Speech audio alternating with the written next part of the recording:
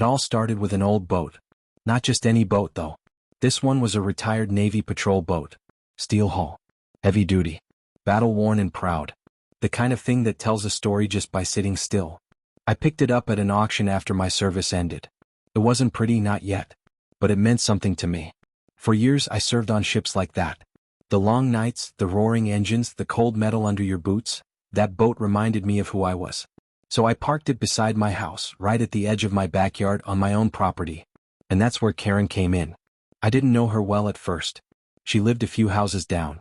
Early 60s, always walking her little white dog. Always watching everything. Everyone in the neighborhood just called her Karen, not even trying to hide it. You could feel it when she passed by. That stare. Judging everything with those sharp little eyes. At first she didn't say anything. Just glared. Took pictures with her phone. Scribbled in a little notebook. Then one day I got a note. Folded neatly and stuck in my mailbox. It wasn't signed, but I knew who it came from. Your boat is an eyesore. It brings down property values. It must be removed immediately. No, hello. No, please. Just a command. I tossed it in the trash. A week later, another note arrived. This time she signed it, HOA Enforcement Committee. I raised an eyebrow. I didn't even know we had a committee like that. I mean, we paid HOA dues, sure. But nobody had ever enforced anything before. Our streets weren't lined with manicured lawns. People had campers, project cars, trailers. My boat wasn't hurting anyone. Except Karen. Apparently, my boat was hurting her deeply.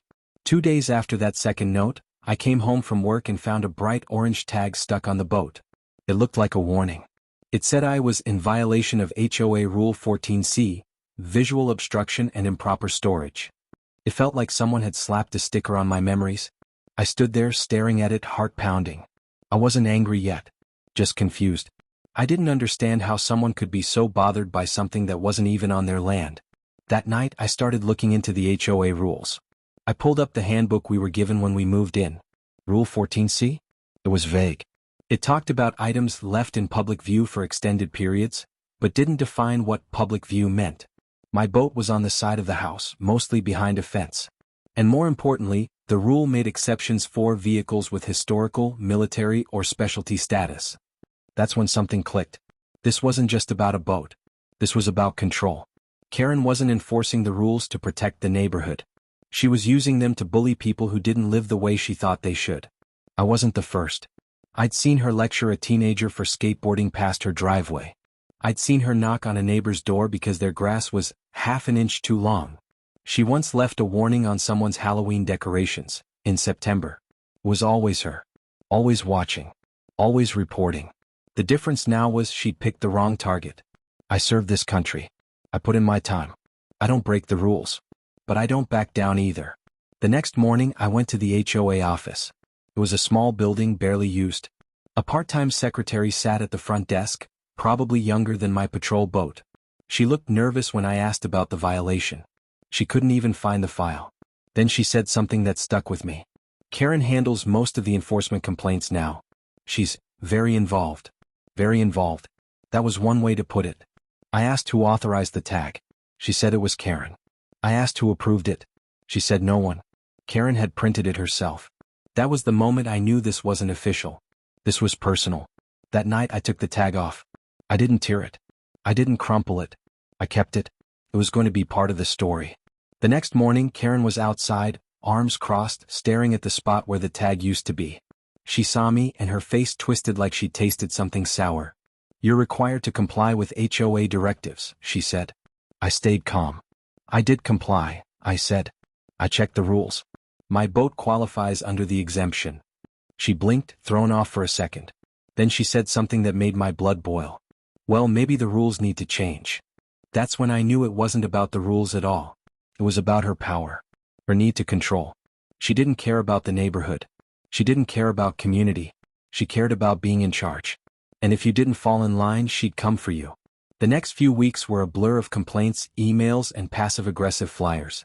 She started sending group emails to neighbors, warning them about illegal structures and unsightly additions. She never named me, but everyone knew. Some neighbors stopped talking to me. Others started cheering me on. It was like the block had split into two sides. Team Karen. And Team Navy Boat. And Karen? She wasn't backing off. She started calling the city code enforcement. Claimed my boat was a commercial vessel. Said it was leaking oil. Said it was a safety hazard. She filed complaint after complaint. Every time someone came to inspect.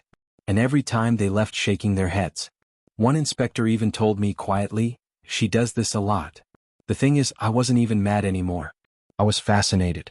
It was like watching a slow-motion car crash. She was so obsessed with getting rid of that boat, she was willing to make a fool of herself to do it. But I wasn't going to move it. Not for her. Not for anyone. Because that boat was mine. It stood for something. It reminded me of service, of sacrifice, of identity. And every time she attacked it, she attacked that part of me. I decided I wasn't going to play defense anymore. I started keeping records. Every note. Every email. Every fake violation tag. I documented everything. If Karen wanted to go to war, I'd give her one, but on paper. On record. By the book. She thought I was just a quiet veteran with a rusty boat. What she didn't know was I'd spent years learning how to fight battles the right way. And I was just getting started. The thing about fighting someone like Karen is, she doesn't expect you to fight back. She expects you to fold. To give in. To move out. Or just stay quiet. But I wasn't built that way. I wasn't angry. Not yet. But I was done playing nice. After everything she'd done, the tags, the emails, the lies, I decided it was time to push back. Not with yelling. Not with drama. But with facts. And paperwork. I started by making a call to the historical registry office. I told them what kind of boat I had. Gave them the details, hull number, make, Navy records. They were more than happy to help. A week later, I had something in my hand that made my pulse race. A certification of historical status. Turns out my patrol boat wasn't just a memory. It was officially recognized as a preserved military artifact. That changed everything. Under both state and local law, historical military vehicles are protected. They can't be removed, damaged, or restricted the way normal property can. HOA rules can't override state protection. I smiled when I read that part. It felt like justice was finally starting to catch up. But I didn't stop there. I dug into the HOA's own bylaws. Spent late nights flipping through PDFs and printed copies. Page after page of dry legal language. Most people would have quit halfway through. Not me. I highlighted every section related to enforcement, property use, and vehicle storage. I made a list of every violation Karen had claimed. Then next to each one I listed the counter rule. And guess what? More than half of her complaints weren't even valid. The rest were borderline at best. And the orange tag she slapped on my boat? That wasn't even an official document. The HOA had no record of issuing it. It came straight from her printer. Armed with that, I wrote my own letter. Polite but firm. Clear language. Attached all my documentation. Sent it to the full HOA board, not just Karen. 2 days later I got a response. Not from her. From someone named Alan, board secretary. He apologized. Said there had been a miscommunication. Said they'd review everything and get back to me. I could tell he was trying to smooth things over, avoid conflict. But Karen wasn't done. That same week she filed another complaint. This time with the city zoning board. She claimed I was running a naval museum from my property.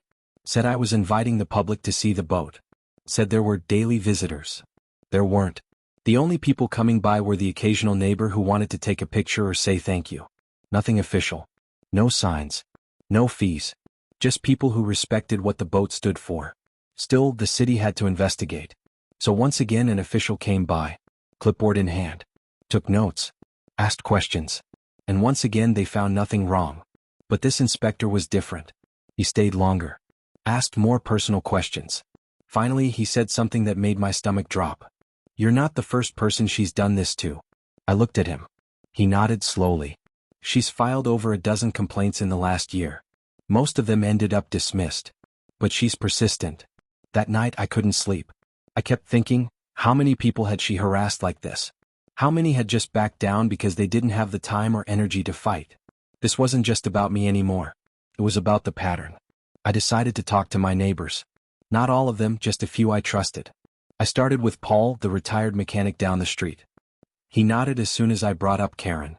"She tagged my old Dodge once," he said. "Claimed it was junk. I had to move it inside my garage." Then I talked to Lisa, the single mom next door. She'd gotten a letter about her kids' toys being left out too long. They were toddlers. She cried when she told me. I took notes on everything. Every complaint. every threat, every unreasonable rule. Then I started building a file. I wasn't just fighting for my boat anymore.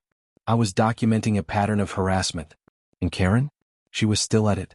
At this point, she was sending weekly emails to the HOA board. She demanded that new rules be created, suggested a complete ban on military vehicles, even tried to rewrite the parking regulations. She didn't care about the rules. She wanted control. But what she didn't realize was she'd gone too far. Because in her desperation, she made a mistake. She claimed, publicly in an HOA meeting, that I was violating federal law by owning military property. She said I had stolen equipment, that I was dangerous. Those were big words, and dangerous lies. I had the meeting recording. I had the emails, so I called my lawyer. I didn't want to sue. Not yet. But I wanted to know what my options were. He looked at everything, listened to the recording, read the complaints, and then he looked at me and said, "She's opened the door. If you wanted to press for defamation or harassment, you'd have a case." It was tempting. But I didn't pull the trigger. Not yet. Instead, I filed a formal grievance with the state HOA Oversight Board. Included all my documents. The false complaints. The forged tag. The city inspection reports. The historical status of the boat. Everything. 3 weeks passed. Karen must have sensed something was changing because the emails stopped. She got quiet. Too quiet. Then one day, a white SUV pulled up outside her house. 2 people got out. Suits. Clipboards. Badges on their belts. State investigators. They spent hours talking to people. Knocked on doors. Took statements. Even came to me. They asked one simple question: has this HOA representative made you feel unsafe, unfairly targeted, or harassed? I told them everything. At the end of the day, I stood at my window and watched as they walked out of Karen's house. Her face was red. Her jaw was tight. She was shouting, but I couldn't hear the words. All I could do was smile. Because the truth had finally shown up. It wasn't loud. It wasn't angry. It came in quietly with paperwork and calm voices. But it came. And I knew deep down that things were about to change. I went outside that evening and stood next to my boat. Ran my hand along the hull. It still needed some work. Still had patches of rust. But it was beautiful to me. More than a machine. It was a piece of history. A piece of me. And no one, not even Karen, was going to take that away. The silence didn't last long. About a week after the state investigators left, a notice went up on the HOA bulletin board. Then one appeared in my mailbox. Then my email inbox. There was going to be a mandatory HOA meeting. In person. Attendance strongly encouraged. The reason? Unresolved internal matters and complaints involving board conduct. It didn't say Karen's name, but everyone knew. That evening the community hall was packed. I'd never seen that many people show up for an HOA meeting. Some were curious. Some were angry. Others looked nervous. But everyone was watching. Karen sat at the front, behind the folding table like she always did. Her arms were crossed. She looked tense. Defensive. But still trying to keep her usual smug posture. The board members looked uncomfortable. Alan, the board secretary who had apologized to me earlier, stood and cleared his throat. There have been several reports filed regarding the behavior of certain board members, he began. We've received formal findings from the State Oversight Committee. He didn't look at Karen, but the room did. Then he pulled out a folder. A thick one. He started reading from it. Calmly. Professionally. It wasn't pretty. He read about the false reports filed to city offices. The misuse of HOA letterheads and enforcement tags. The unauthorized fines. The intimidation tactics. The statements made at meetings that were deemed defamatory. He read for a long time. Then when he finally looked up, the air in the room felt heavy. The state has issued penalties, he said. As of today, the HOA is being fined a total of $450,000. The room gasped. People looked at each other, mouths open. Some whispered. Some just stared at Karen. She didn't say a word. But her face told the whole story. The fine wasn't just about the complaints against me. It was the years of unchecked abuse. The threats. The reports. The bullying. All of it stacked up. And now the weight had come crashing down. Karen stood up. Her voice trembled, but she tried to sound firm. This is outrageous. I've always acted in the best interest of the neighborhood. If anyone's at fault, it's... That's when Paul, the mechanic, cut her off. You made my wife cry over a flower pot. Lisa spoke next. You made me feel like I wasn't welcome here. Like I wasn't good enough. Then came more voices. Quiet at first, then louder. You tagged my truck. You yelled at my kid. You reported my family. You made this place feel like a prison. Karen tried to respond, tried to defend herself, but the voices drowned her out. She sat down again. For the first time she looked small, powerless, and for the first time she didn't speak. The board voted to remove her from her position that night. No more authority. No more complaints. No more tags. Karen walked out of the hall alone. The next morning I stood by my window sipping coffee. The sun was just rising. My patrol boat was still there catching the light. Quiet, solid, strong. I heard a car door slam and looked over. Karen was loading boxes into the trunk of her car. She didn't look up, didn't glance around. She drove away without saying goodbye. Some say she moved to a condo downtown. Others think she just disappeared. I didn't care either way. What mattered was this: the boat stayed. The flag still waved at the stern. I polished the deck that weekend, painted over the rust spots. It looked better than it had in years.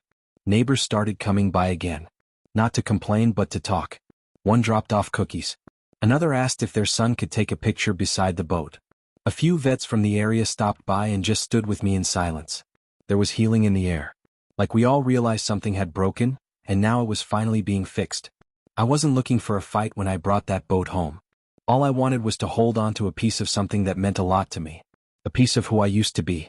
A piece of where I came from. But sometimes holding on to your past means standing up in the present. Karen thought she could scare people into silence. She thought rules gave her power. But the truth is, rules don't mean anything when they're twisted. And power, when abused, always burns out. I still walk past that boat every day. I touch the hull, feel the steel, remember the storms we sailed through. And now it doesn't just remind me of the Navy. It reminds me of this street. This neighborhood. This strange war that played out on lawns and sidewalks and email chains. It reminds me that sometimes justice comes quietly. Not in shouting. Not in fists.